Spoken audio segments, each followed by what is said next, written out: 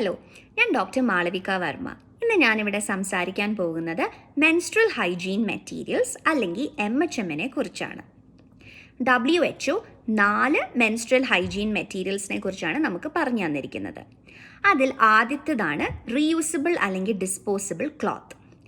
ഇത് മിക്ക ആൾക്കാർക്കും അറിയാവുന്നതുപോലെ റീയൂസബിൾ ക്ലോത്ത് ആണെങ്കിൽ നല്ല വൃത്തിയായി സോപ്പും വെള്ളവും ഇട്ട് കഴുകി വെയിലത്തുണക്കിയിട്ട് വേണം ഉപയോഗിക്കാൻ. അപ്പോൾ അതിൻ്റേതായ ബുദ്ധിമുട്ടുകൾ ഇവിടെ ഉണ്ടാവാം. ഇനി രണ്ടാമത്തേതാണ് സാനിറ്ററി പാഡ്.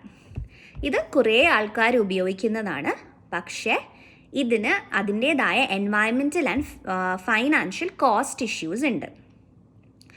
ഒരാൾക്ക് മെൻസ്ട്രേഷൻ തുടങ്ങുന്ന കാലം മുതൽ തീരുന്ന കാലം വരെ, അതായത് മെനാർക്കി തൊട്ട് മെനോപോസ് വരെ അവർ 100 മുതൽ 200 കിലോ പ്ലാസ്റ്റിക് വേസ്റ്റാണ് സാനിറ്ററി പാഡിൽ നിന്നും ഉണ്ടാക്കുന്നത്. അപ്പം തന്നെ നിങ്ങൾക്ക് ഊഹിക്കാം എന്തുമാത്രം എൻവയൺമെൻ്റലി അൺഫ്രണ്ട്ലി ആണ് സാനിറ്ററി പാഡ്സ് എന്ന്.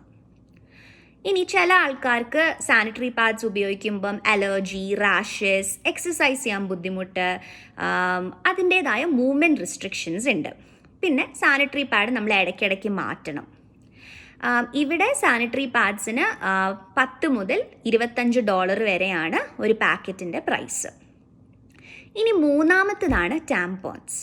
ഇത് വെക്കാൻ വളരെ എളുപ്പമാണ്, പക്ഷേ ഇതിൻ്റെ വലിയ ദോഷം എന്താണെന്ന് വെച്ചാൽ ഇതൊരു ഇൻഫെക്ഷൻ, ടോക്സിക് ഷോക്ക് സിൻഡ്രോം എന്ന് പറഞ്ഞൊരു ഫേറ്റൽ കണ്ടീഷൻ ഉണ്ടാക്കാം. ഇനി നാലാമത്തേതാണ് മെൻസ്ട്രൽ കപ്പ്. അതിനെക്കുറിച്ചാണ് ഞാൻ ഇന്ന് ഡീറ്റെയിൽഡ് ആയിട്ട് പറയാൻ പോകുന്നത്. ഇതൊരു പുതിയ ചുവടുവെപ്പാണ്. ഇതാണ് മെൻസ്ട്രൽ കപ്പ്. ഇത് ഒരു മിനുസമായ മെറ്റീരിയൽ സിലിക്കോൺ വെച്ചാണ് ഉണ്ടാക്കിയിരിക്കുന്നത്. ഞാൻ നേരത്തെ പറഞ്ഞ മെൻസ്ട്രൽ ഹൈജീൻ മെറ്റീരിയൽസ് എല്ലാം വെക്കുമ്പോൾ അത് ബ്ലഡിനെയും വാജിനൽ സെക്രീഷൻസിനെയും അബ്സോർബ് ചെയ്യുന്നു. അപ്പോൾ നമ്മുടെ വാജിനൽ pH അത് മാറ്റുകയും ഇൻഫെക്ഷൻ ഉണ്ടാക്കാനുള്ള സാധ്യത ഉണ്ടാക്കുകയും ചെയ്യും. പക്ഷേ മെൻസ്ട്രൽ കപ്പ് അങ്ങനെയല്ല. ഇത് നമ്മൾ മെൻസ്ട്രേഷൻ വരുമ്പോൾ സെർവിക്സ് അല്ലെങ്കിൽ ഗർഭാശയ മുഖത്തിൻ്റെ താഴെയാണ് ഇത് വെക്കുന്നത്. ഇത് ബ്ലഡ് കളക്ട് ചെയ്യുക മാത്രമേ ഉള്ളൂ. അതുകൊണ്ട് ഇത് വെച്ചതുകൊണ്ട് ഇൻഫെക്ഷൻസ് ഒന്നും വരാൻ സാധ്യതയില്ല. ഇത് വെക്കുന്നത് എങ്ങനെയാണെന്ന് വെച്ചാൽ പല മെത്തേഡ്സ് ഉണ്ട്. ആദ്യം തന്നെ നമ്മൾ ഇമ്പോർട്ടൻ്റ് ആയിട്ട് ചെയ്യേണ്ട കാര്യം 2 കൈയും നല്ല വൃത്തിയായി വെള്ളത്തിലും സോപ്പിലും ഇട്ട് കഴുകിയതിന് ശേഷം മാത്രമേ ഇത് ഹാൻഡിൽ ചെയ്യാവുള്ളൂ. എന്നിട്ട് ഇത് ഒരു മെത്തേഡ് എന്ന് പറഞ്ഞാൽ, അതായത് സീഫോൾഡ് മെത്തേഡാണ് ഞാനിപ്പോൾ കാണിക്കാൻ പോകുന്നത്. പല മെത്തേഡ്സ് ഉണ്ട്. നിങ്ങൾക്ക് ഇഷ്ടമുള്ള സൗകര്യമുള്ള മെത്തേഡ് ഉപയോഗിക്കാവുന്നതാണ്. ഈ സീഫോൾഡ് മെത്തേഡ് ഫ്രണ്ടിലോട്ട് മടക്കിയിട്ട് സൈഡിലോട്ട് മടക്കി വാജിനയുടെ ഉള്ളിൽ കയറ്റുന്നതാണ്. കയറ്റിയതിന് ശേഷം ഇത് റൊട്ടേറ്റ് ചെയ്യണം, എന്നാലേ അത് ഫിറ്റായിട്ട് ഇരിക്കുകയുള്ളൂ, അല്ലെങ്കിൽ ലീക്കേജ് വരാൻ സാധ്യതയുണ്ട്. ഇവിടെ ഇതിന് $15 മുതൽ $30 ആണ് പ്രൈസ്. ഒരു മെൻസ്ട്രൽ കപ്പ് നമുക്ക് 5 മുതൽ 10 വർഷം വരെ ഉപയോഗിക്കാം. ഒരു ദിവസം നമുക്കിതൊരു 10 മുതൽ 12 മണിക്കൂർ വരെ ഉപയോഗിക്കാം. പക്ഷേ സാനിറ്ററി പാഡ് അങ്ങനെയല്ല, നമുക്ക് ഇടയ്ക്കിടയ്ക്ക് മാറ്റേണ്ടി വരും. അപ്പം അതിൻ്റേതായ ബുദ്ധിമുട്ടുണ്ട്. പിന്നെ ഇതിൻ്റെ വേറൊരു ഗുണം എന്താണെന്ന് വെച്ചാൽ ഇത് വെച്ചിട്ട് നമുക്ക് എക്സസൈസ് ചെയ്യാം, സ്വിമ്മിങ്ങിന് പോവാം. മൂവ്മെൻറ്റ് റെസ്ട്രിക്ഷൻസ് ഒന്നും അധികം ഇല്ല മറ്റ് MHMനെ വെച്ച് കമ്പയർ ചെയ്യുമ്പോൾ. പിന്നെ ഈ ഇൻട്രാ യൂട്രൈൻ ഡിവൈസസ്, അതായത് കോപ്പർ ടീ പോലത്തുള്ള സാധനങ്ങൾ ഉപയോഗിക്കുന്നവർക്ക് മെൻസ്ട്രൽ കപ്പ് ഒരു ബുദ്ധിമുട്ടും ഇല്ലാതെ ഉപയോഗിക്കാം. ഇനി ഇതിൻ്റെ ദോഷം എന്താണെന്ന് വെച്ചാൽ ഇത് വെക്കാൻ ഉള്ള ബുദ്ധിമുട്ടും ഊരാനുള്ള ബുദ്ധിമുട്ടേ ഉള്ളൂ.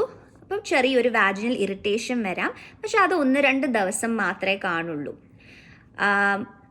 ഏതൊരു വസ്തുവിനും അതിൻ്റേതായ ഗുണങ്ങളും ദോഷങ്ങളും ഉണ്ട്. പക്ഷെ മെൻസ്ട്രൽ കപ്പിൻ്റെ ഗുണങ്ങളാണ് ദോഷങ്ങളെക്കാളും വലുത്.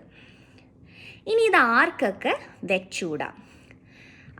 1 വാജൈനസ്മസ് ഉള്ള ആൾക്കാർ, 2 എൻഡോമെട്രിയോസിസ്, 3 ഡെലിവറി കഴിഞ്ഞ് 6 മാസം വരെ, 4 ജന്മന എന്തെങ്കിലും യൂട്രസിന് അനോമലീസ് ഉള്ള ആൾക്കാർക്ക് ഇത് വെക്കാൻ ബുദ്ധിമുട്ടായിരിക്കും. ഇത് പല സൈസിൽ ലഭ്യമാണ്. ഞാനിപ്പോൾ ഇവിടെ കാണിക്കുന്നത് സ്മോൾ സൈസാണ്. സ്മോൾ ഉണ്ട്, എക്സ്ട്രാ സ്മോൾ ഉണ്ട്, മീഡിയം ഉണ്ട്, ലാർജ് ഉണ്ട്. ഈ സ്മോളും എക്സ്ട്രാ സ്മോളും ടീനേജേഴ്സാണ് യൂഷ്വലി ഉപയോഗിക്കുന്നത്. മീഡിയം ഉപയോഗിക്കുന്നത് സെക്ഷലി ആക്റ്റീവ് ആയിട്ടുള്ള ആൾക്കാരും ലാർജ് ഉപയോഗിക്കുന്നത് വാജിനൽ ഡെലിവറി കഴിഞ്ഞ ആൾക്കാരുമാണ്. ഇത് എങ്ങനെ വൃത്തിയാക്കാം എന്നുള്ളതാണ് ഞാൻ ഈ പറയാൻ പോകുന്നത്.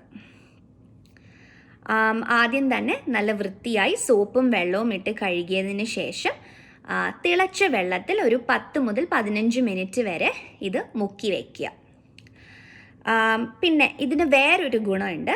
ഇതിനകത്ത് കുറച്ച് നമ്പേഴ്സ് എഴുതിയിട്ടുണ്ട്. ഇതിൻ്റെ മാക്സിമം ഇപ്പോൾ കാണിക്കുന്നത് 15 ml ആണ്.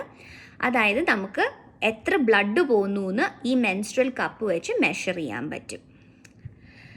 അപ്പം ഇതൊക്കെയാണ് മെൻസ്ട്രൽ കപ്പിനെ കുറിച്ചുള്ള വിവരങ്ങൾ. എല്ലാവർക്കും മനസ്സിലായെന്ന് വിശ്വസിക്കുന്നു. Thank you.